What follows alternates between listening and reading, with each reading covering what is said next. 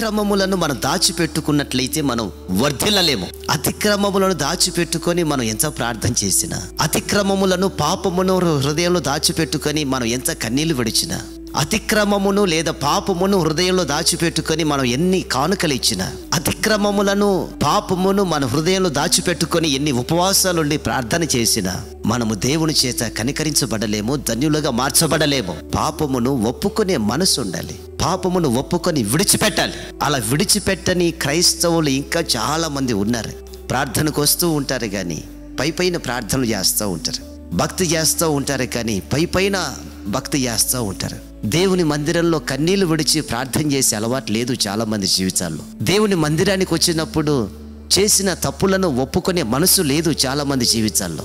దేవుని మందిరానికి వచ్చినప్పుడు చేసిన పాపాన్ని గుర్తించి ఒప్పుకొని విడిచిపెడతాం అనేటువంటి ఆలోచన లేదు చాలా మంది జీవితాల్లో. పరిశుద్ధులుగానే కనపడుతున్నారు, పవిత్రులుగానే కనపడుతున్నారు, నీతిమంతులుగా అన్నట్లుగా కనపడుతున్నారు, కానీ హృదయం అంతా కంపు కొట్టిపోయిన జీవితం. హృదయం అంతా కంపు కొడుతూ ఉంటది, వాసన వస్తూ ఉంటది.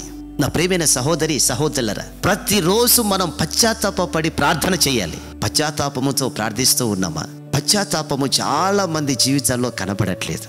తప్పులు చేస్తూనే ఉంటారు, ప్రార్థనలు చేస్తూనే ఉంటాం. వ్యభిచారం చేస్తూనే ఉంటారు, ప్రార్థనలు చేస్తూనే ఉంటారు. మోసాలు చేస్తూనే ఉంటారు, ప్రార్థనలు చేస్తూనే ఉంటారు. అతిక్రమాలు చేస్తూనే ఉంటారు, ప్రార్థనలు చేస్తూనే ఉంటారు. అన్యాయాలు చేస్తూనే ఉంటారు, ప్రార్థన చేస్తూనే ఉంటారు. త్రాగుతూనే ఉంటారు, ప్రార్థనలు చేస్తూనే ఉంటారు. నిజమైన పశ్చాత్తాపమే గనక ఉన్నట్లయితే, నిజమైన పశ్చాత్తాపముతో ప్రార్థన చేసి ఉన్నట్లయితే మరలా మరలా పాపము జోలికి వెళ్ళరు.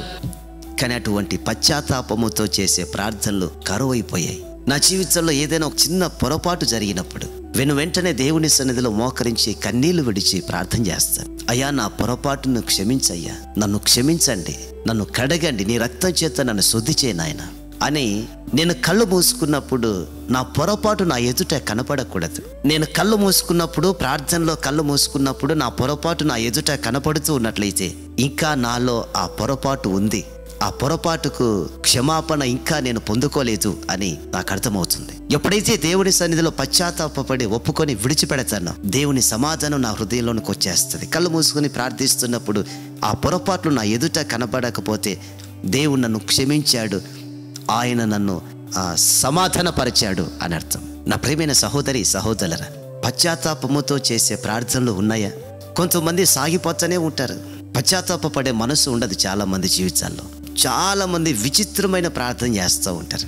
నేను ఏమైనా తప్పు చేసి ఉంటే, నేను ఏమైనా పాపం చేసి ఉంటే, నేను ఏమైనా అతిక్రమం చేసి ఉన్నట్లయితే నన్ను క్షమించయ్యా అని ప్రార్థన చేస్తారు. నేను ఏమైనా చేసి ఉంటే అంటే మనం చేసింది మనకు తెలియదా? మనం ఏం మాట్లాడామో మనకు తెలియదా? మనం ఎలా ప్రవర్తించామో మనకు తెలియదా? మనం ఎలాంటి పద్ధతుల్లో నడుస్తున్నామో మనకు తెలియదా? ఆలోచించండి ఒకసారి. దేవుని క్షమాపణను మనం పొందుకోవాలంటే ఉన్నది ఉన్నట్లుగా దేవుని ఎదుట ఒప్పుకోవాలి. ఉన్నది ఉన్నట్లుగా దేవుని ఎదుట ఒప్పుకున్నప్పుడు దేవుడు మనలను కనికరిస్తాడు. ఉన్నది ఉన్నట్లుగా ఒప్పుకొని పశ్చాత్తాప పడినప్పుడు దేవుడు మనలను కనికరించి ధన్యులుగా మారుస్తాడు. కానీ ఉన్నది ఉన్నట్లుగా ఒప్పుకునే మనసు చాలా మంది జీవితాల్లో లేదు. నేనెక్కడ పాపం చేశాను, నేనెక్కడ తప్పు చేశాను, నేనేం మాట్లాడాను, నేను నీతిమంతుణ్ణి, నేను యథార్థవంతుణ్ణి, నేను పరిశుద్ధుణ్ణి అని గొప్పలు చెప్పుకునే మనసే కానీ పశ్చాత్తాపడే మనసు చాలా మంది జీవితాల్లో కనబడట్లేదు. పశ్చాత్తాప పడకపోతే, చేసిన పాపము నిమిత్తమై, చేసిన పొరపాట్ల నిమిత్తమై మన జీవితాల్లో పశ్చాత్తాపడి ప్రార్థన చేసి విడిచిపెట్టకపోతే మనం చేసే భక్తి చివరికి మనలను నరకానికి చేరుస్తుంది. కానీ పొరపాటును కూడా దేవుని రాజ్యంలో మనం ఉండలేము అనే సంగతి వాస్తవం.